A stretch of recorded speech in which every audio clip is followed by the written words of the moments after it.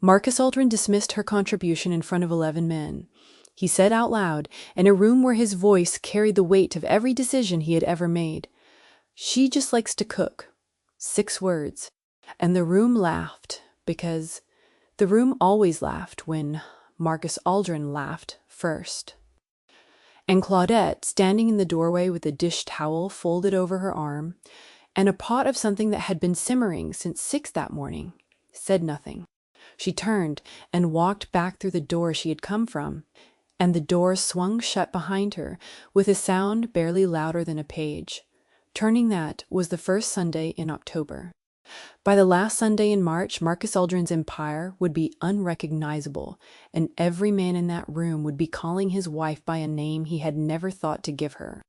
The question the next 5 months will answer is this: how much weight can a man carry when the person who is quietly carrying half of it is simply, deliberately gone? By the way, wherever in the world you're watching from right now, let me know in the comments. I love seeing how far these stories reach. Okay, where were we? Marcus Aldrin had built a construction and development empire across 14 counties in a span of 19 years. From a single residential contract, signed when he was 26, he had grown Aldrin Group into a firm that employed 412 people, managed 31 active project sites, and had a standing line of credit that most regional banks quietly envied. He was, by every external measure, a man who had not wasted a single day of his adult life. He wore this fact the way he wore his suits. Both were impeccable. Both were designed to be noticed. They had met at a zoning commission meeting she had attended on behalf of a nonprofit housing organization, where she had spoken for 4 minutes without notes and changed the outcome of the meeting without raising her voice. Marcus had noticed. That was one of the things he used to do very well. Notice. He had, somewhere in the growth of the empire, stopped doing it. By the time of that October Sunday, Marcus Aldrin ran his world with the particular confidence of a man who has not been truly contradicted in years. He spoke in meetings, and rooms rearranged themselves around what he said. He planned weekends, and people built their schedules around his.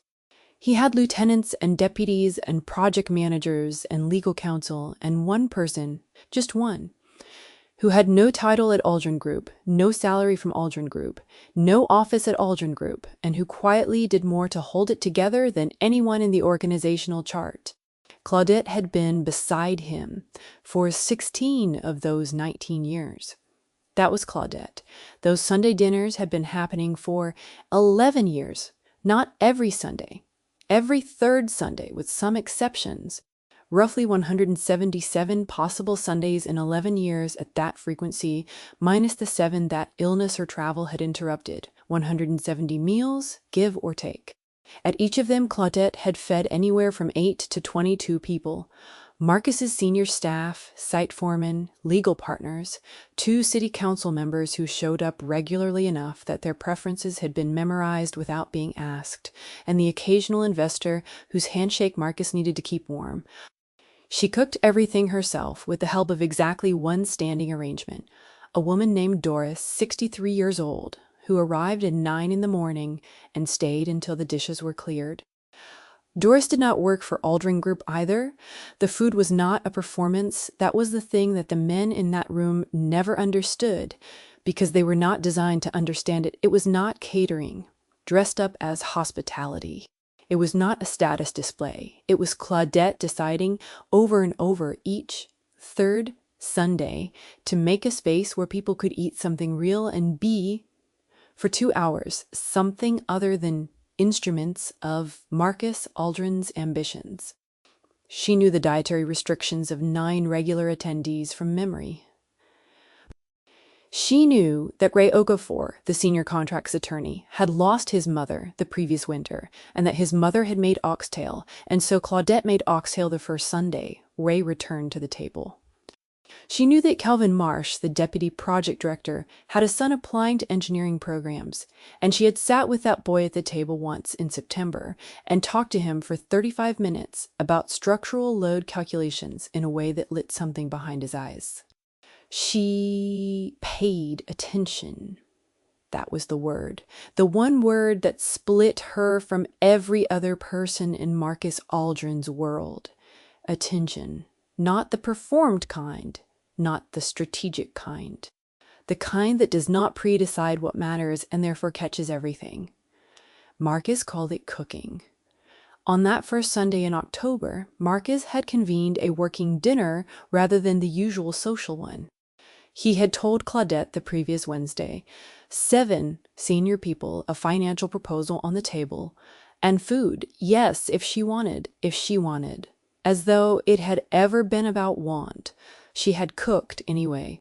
She had cooked the way she always cooked, which is to say with care and time and the particular intelligence that knows what a room needs before the room knows it needs anything. By the time his men arrived at 6:30, there was a low fire in the living room grate, the kind of November approaching early that settled over a room and made disagreement feel less efficient than it does under fluorescent light. There were dishes arriving in stages so that the conversation did not get overwhelmed by the meal or the meal by the conversation. There was space. And then Marcus Aldrin, mid-sentence, as Claudette appeared at the doorway to ask whether she should hold the dessert course another 20 minutes given where the discussion seemed to be going, had said it. She just likes to cook. The room had laughed. 11 men, adjusting in their seats, continuing. Claudette had looked at her husband for one full second. He had already turned back to the table. She had turned and walked through the door, and the door had swung shut.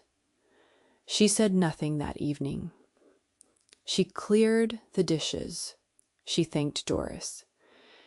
She turned off the kitchen lights at 10:45 when the last of his men had gone, and she sat in the kitchen in the dark for 11 minutes before going upstairs. Marcus noticed none of this. In the weeks that followed, Claudette was present. She answered when spoken to. She attended the things she was expected to attend. She smiled at the functions where smiling was appropriate, and spoke at the ones where speaking was expected, and no observer of the Aldrin household would have catalogued anything amiss. But she was also doing something else. Something quiet and methodical in the hours before Marcus woke and after he had turned off his bedside lamp. Something that would take 5 months to become visible. It had the quality, in retrospect, of a slow tide going out. You only notice when the shore is bare. The second Sunday in November, Claudette mentioned to Marcus, lightly, that she was going to take a pause from the Sunday dinners. She needed rest. She had been feeling overextended. She said this on a Wednesday morning, in passing. While he was reading something on his phone, he said, without looking up, "Sure, no problem. We can just cater." He ordered catering for the November Sunday. The food arrived in aluminum trays with branded lids.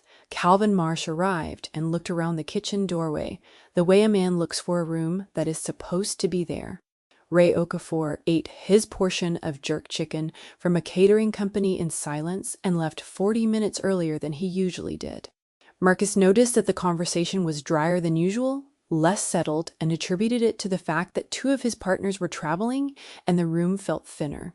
He did not connect it to the aluminum trays or to the absence of the woman who had been making the room feel like what it felt like for 11 years. He did not connect it because he had already named her thing. She just likes to cook. When you name a thing dismissively, you lose the ability to see it clearly. The name becomes a wall. December passed. January passed. Claudette continued to be present in the particular way she had chosen. Visible but slightly drawn back. Responsive but not generative. There but not giving the room the thing it did not know it was getting from her. The Sunday dinners ran on catering. They were fine. Everyone was polite. Nothing was built. And then on the Tuesday morning of the second week in February, Marcus Aldrin woke up and his wife was not in the house. This was not itself alarming. Claudette kept her own schedule, had her own board memberships and community obligations, left early sometimes. But her car was in the driveway. The coffee was not made, which was not significant on its own either, except that Claudette made coffee every morning without being asked to, not out of performance, but because she was the one who woke first, and the beans she preferred were in the cabinet above the machine, and she had simply always done it. The coffee not being made was a small thing, but something in the particular texture of the morning, the quality of the house's silence, was different. He checked her studio at the back of the property, dark and locked. He called her cell phone. It rang 4 times and reached her voicemail. Her voice on the recording was warm and competent and said she would return calls within 24 hours, which was exactly what it had always said. He called again at 9, then at 10:30. On the kitchen counter, there was an envelope.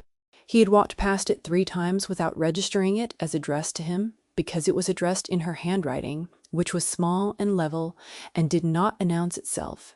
Inside was a single page. She had written, "I am taking the time I need.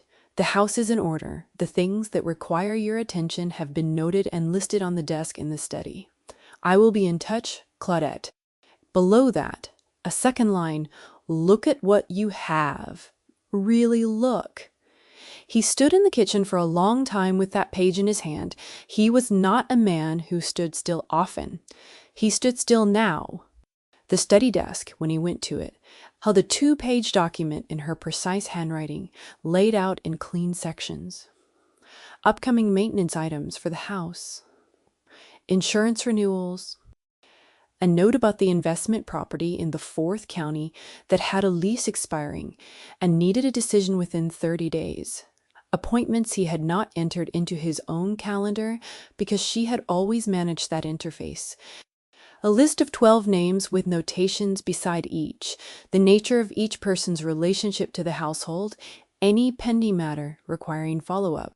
The list included Ray Okafor, beside whose name she had written, "Has been waiting for your call about the vicar's contract question. Has not followed up because he does not want to seem to be pushing. Call him first." Marcus sat at the desk and read the document twice. Then he read it a 3rd time, more slowly, and started to understand that this list represented a fraction of what she had been carrying. He had not known about the investment property lease. He had, in fact, not known that she had been managing the follow-up on that property at all.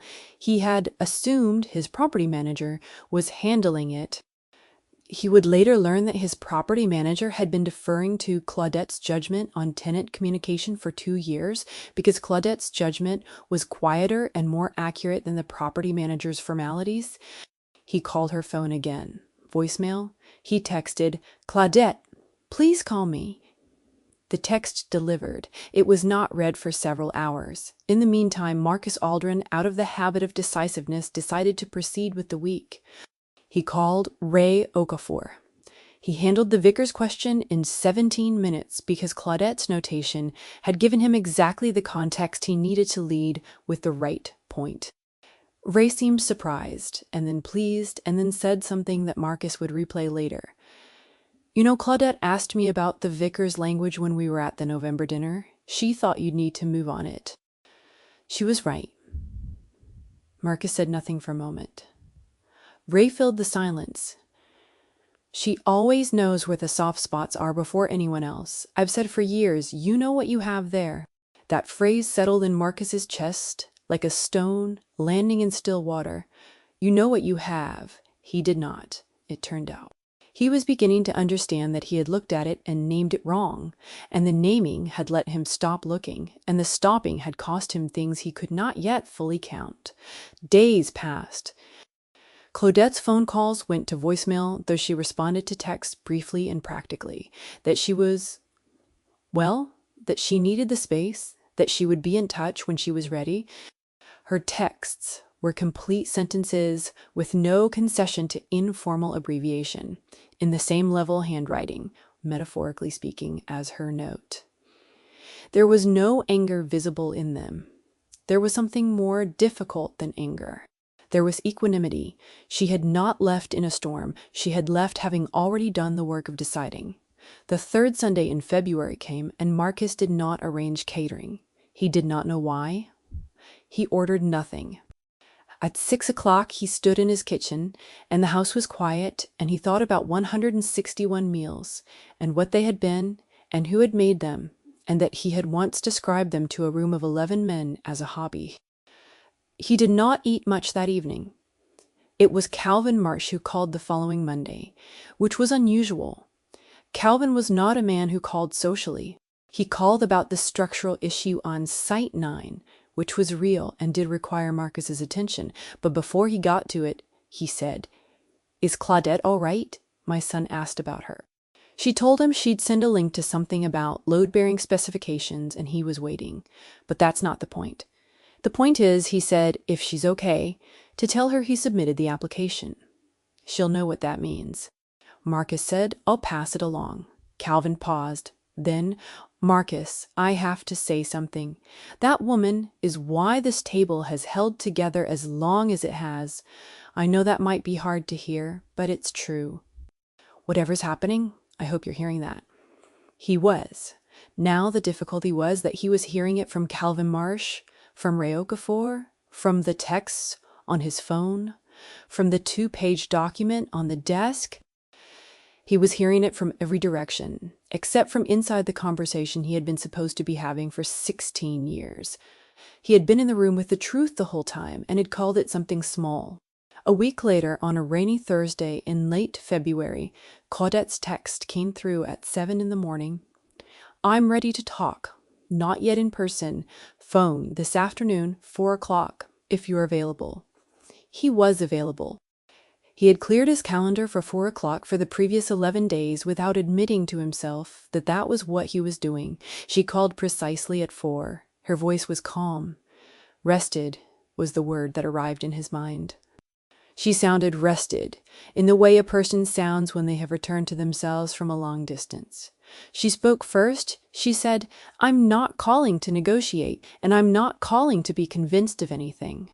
I'm calling because I think you've had enough time to see the shape of what's been missing, and I want to say something before we decide anything." He said, "I'm listening." "I know," she said. And then there was a brief silence in which that simple acknowledgement, "I know," carried all the weight of its difference from what had been true for years. She told him. Then, not with anger, with the precision of a person who has spent weeks organizing their thoughts, the way she organized everything, which is to say, clearly, completely, without waste. She told him that for 11 years, those Sunday dinners had never been about cooking. They had been about building and maintaining the human infrastructure that his enterprise required to function. She had known as early as the 3rd year that Ray Okafor's commitment to Aldrin Group was contingent not on Marcus's terms, but on his own sense of being known as a person within the organization. She had known that Calvin Marsh was a man of loyalty who needed to believe he was working for something that was worth the loyalty. She had known that the 2 council members who came regularly were persuadable on zoning matters, not because of Marcus's contracts, but because they had sat at a table and been fed well and spoken to as neighbors. She had mapped the human relationships in that organization, the way Marcus mapped a construction site, because someone had to, and she had understood since early that no one else was going to do it. She told him that she had also, in those same years, been watching something else. Something she had not told him about, because she had needed to be sure, and because she had known, with a clarity she found saddening, that if she brought it to him incomplete, he would dismiss it the same way he had dismissed everything else she did, quickly, from a height, with confidence, and without adequate information. Marcus said, "What were you watching?" She said, "Someone in your organization has been diverting capital from 3 of your project budgets for 14 months. The mechanism is a consultant billing structure that was modified approximately 16 months ago by someone with access to the procurement authorization system. The modifications are not visible in the top-line reports you review. They are visible in the 3rd-tier subcontractor ledgers if you know how to read them and what you are looking for." There was a silence on the line. "I know how to read them," Claudette said, "because I have been reading them. I have 14 months of documentation. It is organized, sourced, and ready to hand to your outside auditors or to regulatory authorities, whichever you choose, the total is approximately $1.4 million. The person responsible is someone you have trusted for a long time. Marcus said the name of the person he suspected. There was a beat, and then Claudette said, yes. Derek Solin had been with Aldrin Group for 9 years. He was Marcus's deputy director of operations, the man who sat on Marcus's left at every major meeting, the man who translated Marcus's vision into process. He was controlled, precise, methodical, and well regarded by everyone in the organization, including Marcus himself. He had, over the course of those 14 months, built a secondary billing channel through 3 consultant firms that were nominally legitimate but functionally fictitious, processing payments that flowed outward and away from Aldrin Group through structures designed to survive a surface-level audit. He had been careful. He had been very careful. He had not accounted for Claudette, not because he thought she was watching, because he thought she was cooking. Marcus was quiet for a long time after her confirmation. The rain was still going outside his study window, the gray February rain that has no urgency to it, only a patient, soaking continuity. He said, "How long have you known for certain?" "Certain enough to document 4 months." "Why didn't you tell me?" Another beat. "Then I needed to be sure I had everything, and I was not sure," she said, measuring the words. "That you would listen, that was the line that landed alone." He said nothing. She said, "I am telling you now, what you do with it is your decision. But I want you to understand that I assembled this because there are 412 people at Aldrin Group who did not do anything wrong and who have lives built on the assumption that this organization is sound. I did it for them. I also did it because you built something real, Marcus, in spite of everything. That deserves to be protected, even when the person who built it is not always easy to be with." That was the closest she came in that call to the personal. The rest was professional and clear and generous in a way that required a quality of character Marcus was only beginning to understand the full size of. They agreed on next steps. She would send him the documentation file by secure courier, already prepared. He would engage the outside auditor and outside legal counsel, not internal counsel, within 48 hours. He would say nothing to Solin, nothing to anyone in the organization, until the legal team advised otherwise. He would let the process run on its own integrity. She said, "I'll be in touch." He said, "Claudette?" A pause. "Thank you does not cover this," she said. "No, it doesn't." The call ended at 4:51. Marcus sat in his study for a long time after, not moving, just sitting with the shape of it, the full shape for the first time, all of it visible at once. What she had built, what she had protected, what she had known, how long she had known it, and the 6 words he had said in front of 11 men that had put a wall between him and all of it. She just likes to cook. The documentation arrived by courier the following morning. It occupied a 2-inch binder and a locked digital archive on an encrypted drive. Both were organized with a thoroughness that Marcus recognized immediately because it was the same thoroughness as everything she had ever done, the same thoroughness he had looked at for 16 years and named too small. He spent 6 hours reading it. By the 4th hour, he had stopped moving between pages with the brisk efficiency of a man processing information and had slowed to the deliberate, careful pace of a man who understands that what he is reading required someone he had underestimated to pay a kind of sustained, solitary attention he could not have managed himself and would not have thought to ask for. He called his outside auditors, a firm he had not used in 3 years, and asked for an emergency engagement. He called outside legal counsel at 6 that evening and spoke for an hour. He said nothing to Derek Solin. Solin, in the meantime, had apparently been watching.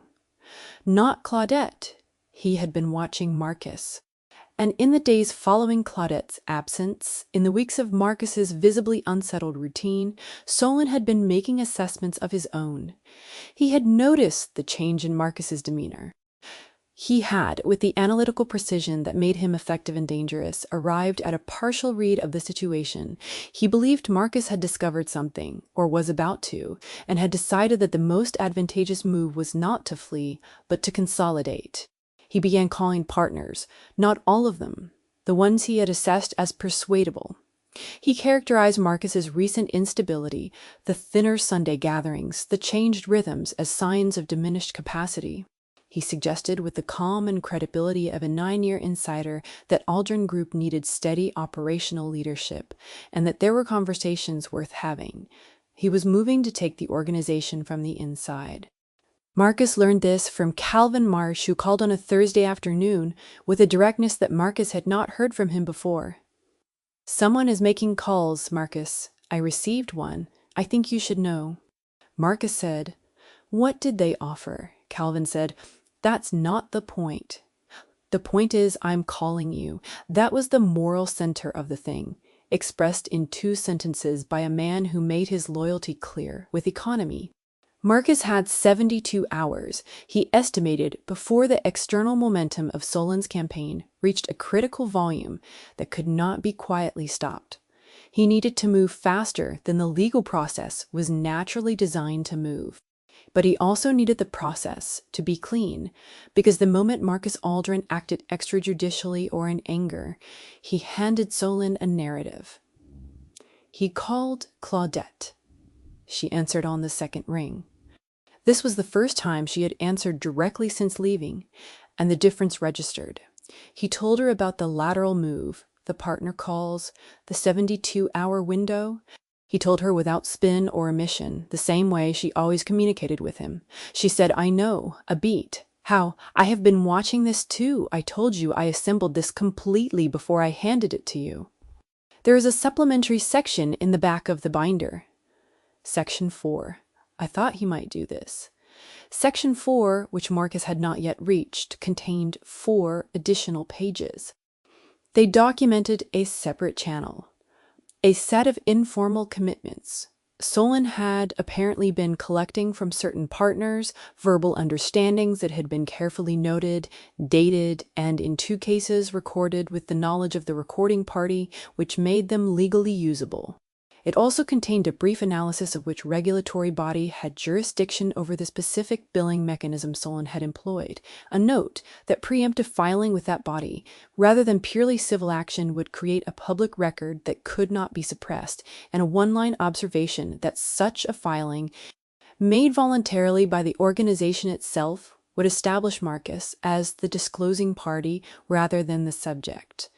At the bottom of Section 4, in her level handwriting, she had written, "The goal is not to destroy. The goal is to stop. Make the record clean, and let the process do what it is designed to do."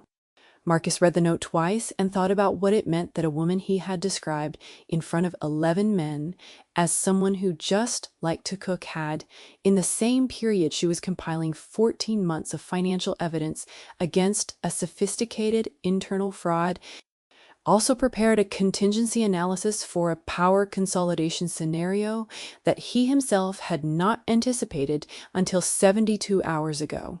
He called his legal counsel back and gave them instructions aligned with Claudette's Section 4 analysis. He called his outside auditors and asked them to accelerate the regulatory filing track. He then began calling partners himself. Not all of them. The ones Solon had called. He did not argue. He did not characterize. He said simply and specifically, "Here is what is true. Here is what I should have done better. Here is what is about to become a matter of regulatory record. And here is the question I am asking you to answer for yourself." He made 7 calls. It took 4 hours. He was direct about his own failures and precise about the facts, and he made no promises he could not keep. By the 7th call, the momentum had reversed. Solon was located, 4 days later, at a hotel in the 3rd County, where he had apparently been conducting his consolation campaign in person. He was served with the civil filing by a process server. He did not, at that moment, look like a man of 9 years and considerable competence.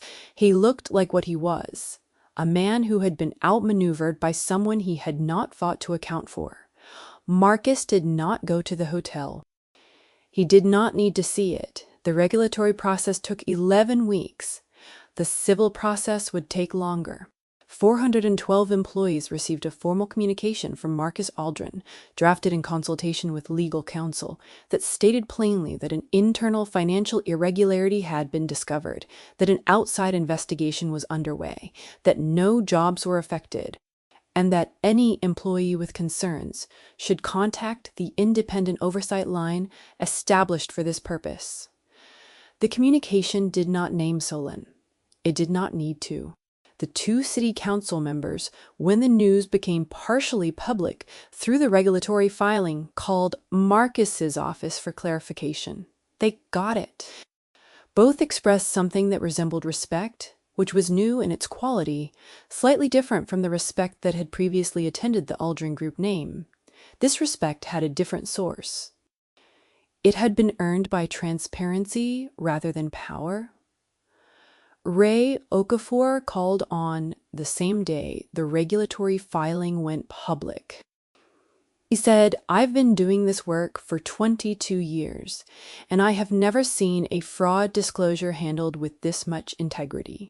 You had outside auditors, outside counsel, regulatory filing, and a clean internal communication all moving simultaneously. How did you have time to prepare all of that?" Marcus said, "I didn't prepare it." There was a pause. "Claudette," Ray said.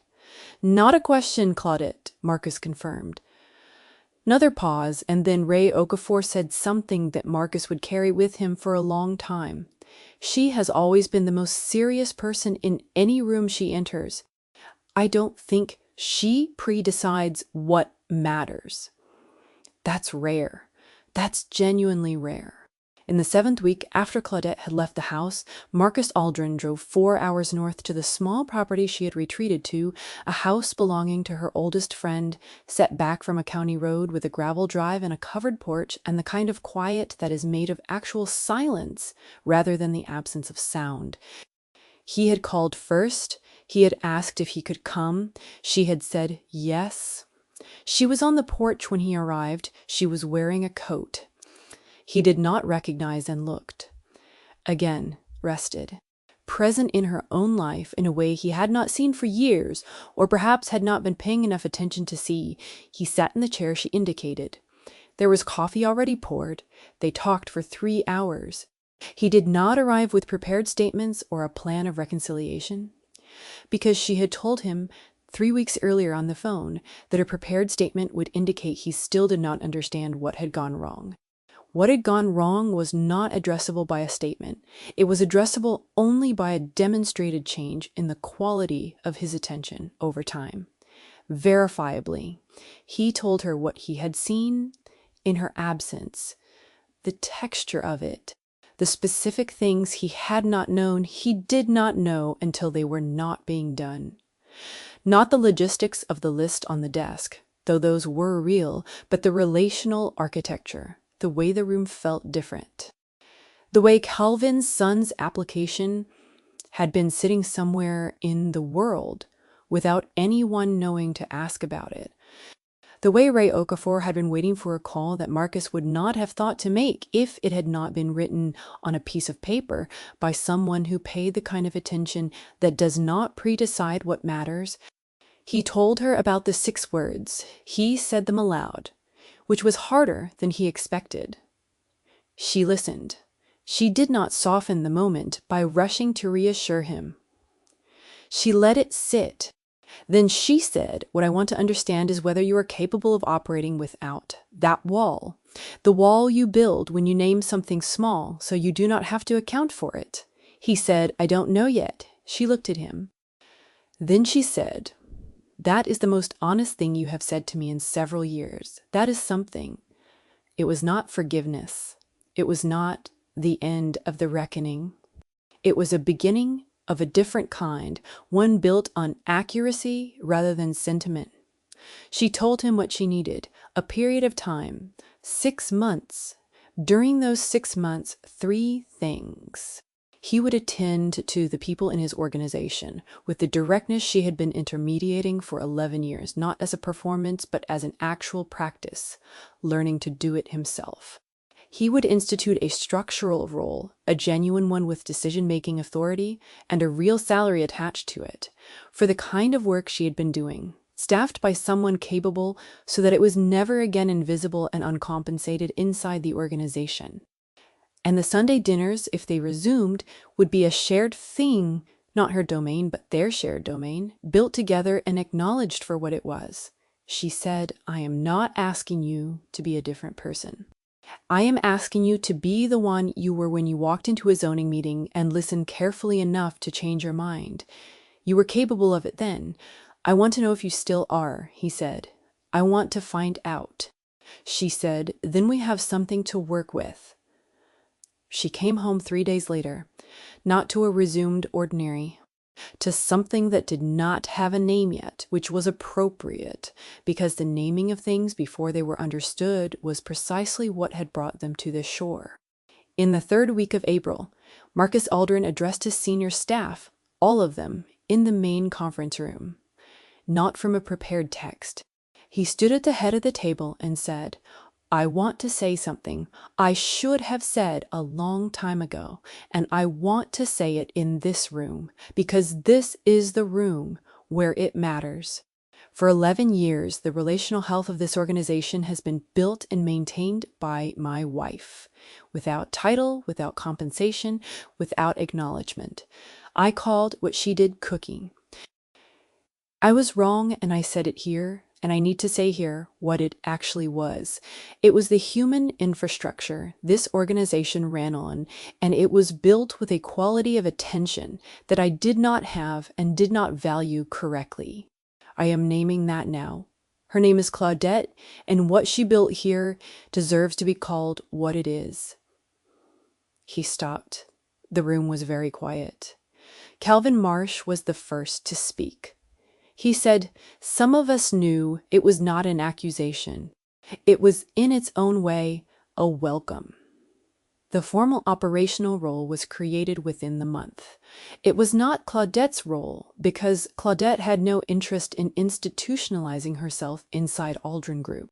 But the person hired into it was someone Claudette helped identify and interview, and on the day that person started, Claudette sat with them for 4 hours and explained what the work actually was, which was not administrative and not social, but the steady, unspectacular practice of paying attention to people as complete beings, learning what they needed before they knew how to ask, and building the kind of trust that does not announce itself, but holds everything up.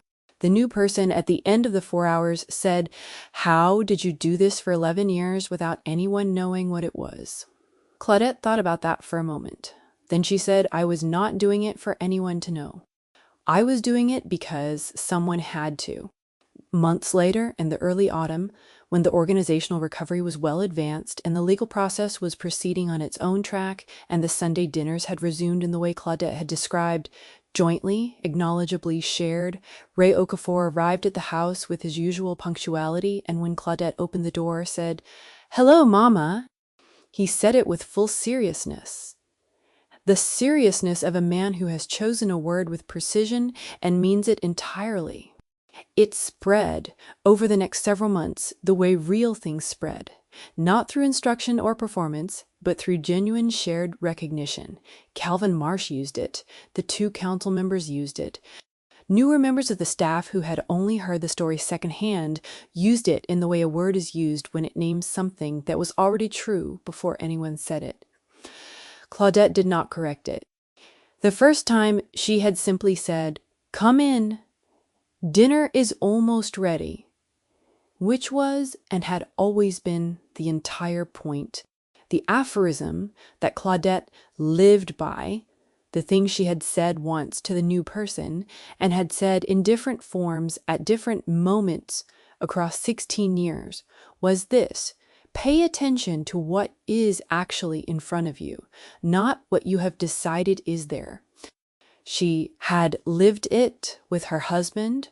She had lived it with his men. She had lived it with Ray Okafor's grief and Calvin Marsh's son, and a 2-inch binder of financial documentation assembled over 14 patient months and a supplementary Section 4 that had anticipated a move that Marcus himself had not anticipated. She had lived it with Marcus himself, whom she had paid enough attention to see clearly, all of it, the size and the failure and the capacity for change, and the real thing underneath the performed confidence, and who she had decided, in the end, was worth the long, difficult work of remaining. He was different in the way that things are different after a reckoning, not transformed, not remade, but recalibrated. The recalibration was visible to everyone who had known him before. It had the quality of a man who had been corrected by something larger than his own authority and had chosen, rather than resisting the correction, to lean into it. He paid attention now, not perfectly, not always, but with a consistency that was new, and that cost him something, which is how you know it is real. The Sunday table, when it filled again in the way it used to fill, had a different quality. The same people, mostly. The same house, the same fire in the grate when October came back around. But something had shifted in the room's grammar. There was no single person quietly doing the work of 30 while being seen as doing something recreational. There were 2 people at the center of the table's meaning, both visible, both acknowledged, working together in the particular rhythm of people who have been to the far end of a difficult thing and come back carrying something true. The food was still extraordinary. It had always been extraordinary. The difference was that now, when Marcus Aldrin sat at the head of his table and someone said something admiring about the meal, he answered not with casual deflection, but with the plain declarative sentence that had been true for 11 years and needed only to be said: "She made it. She makes everything work. You should know that." He did not need 11 words, but he used them, because some debts are paid in the exact currency of what was spent, and what had been spent here was attention, and the repayment was attention, named, sustained, and given without asking for a receipt. The Empire did not call her Mama because she cooked. The Empire called her Mama because she had paid the kind of attention that makes people feel they are known. And being known, genuinely known, without precondition or performance, is the rarest thing in any room, in any organization, in any life. It is the thing people spend careers trying to approximate with strategy, and the thing Claudette had simply done, steadily, for 16 years, because she understood that it was not a technique. It was a way of being. And you cannot put a title on that, and you cannot put it in an organizational chart. And when it is gone, the room knows. The room always knows, even when it takes the room a little time to find the words.